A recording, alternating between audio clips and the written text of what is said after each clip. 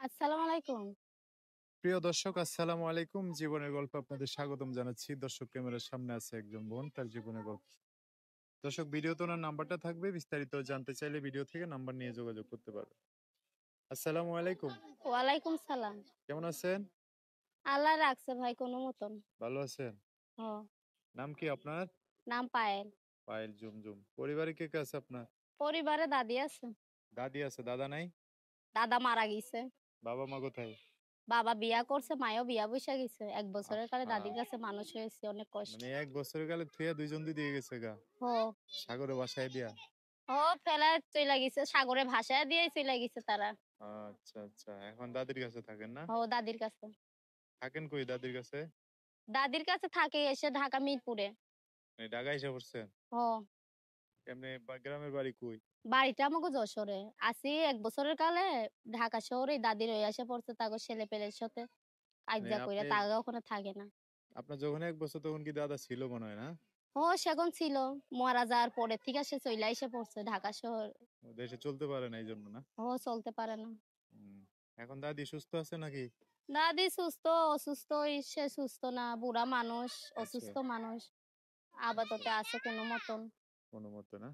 কি কাজ করেন আপনি? কাজ করি আগে সেলাই মেশিন ছিল।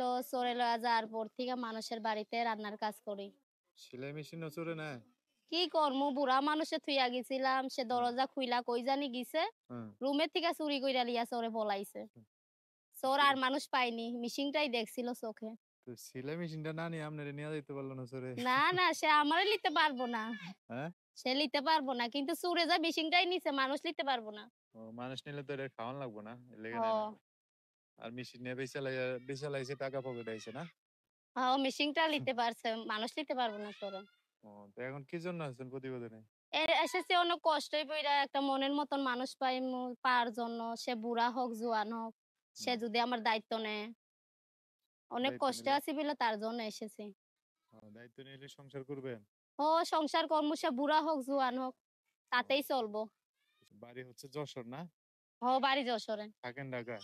হ্যাঁ, ঢাকা মিরপুরে। এখন যদি যেকোনো জেলার মানুষ দায়িত্ব নিয়ে পাশে দাঁড়ায়, যোগাযোগ করলে কিভাবে করবে?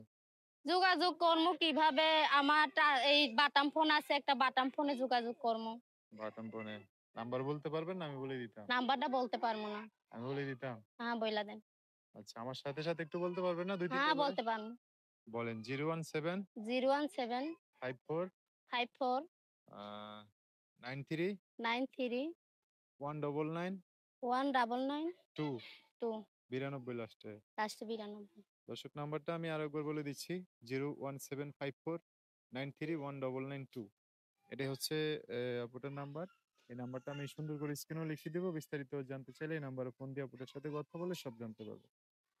তো পায়েল দর্শক ভাইরা ফোন দিলে ভালো করে কথাবার্তা বললেন, হ্যাঁ? আচ্ছা ঠিক আছে দর্শকদের কাছে একটাই অনুরোধ কেন কষ্টই পইড়া প্রতিবেদনের মাঝে এসেছি। হুম, যে ভাই পাশে থাকতে পারবো সেই ভাই কথাবার্তা বইরো কষ্টর মাঝে থেইকো। আচ্ছা ঠিক মনে আছে। করমু আপনজন পেয়েছি। ঠিক আছে, ওকে। সো দর্শক আজকের ভিডিও পর্যন্তই। দেখা হবে নতুন কোনো ভিডিওতে। সবাই ভালো থাকবেন। আল্লাহ হাফেজ। আসসালামু আলাইকুম।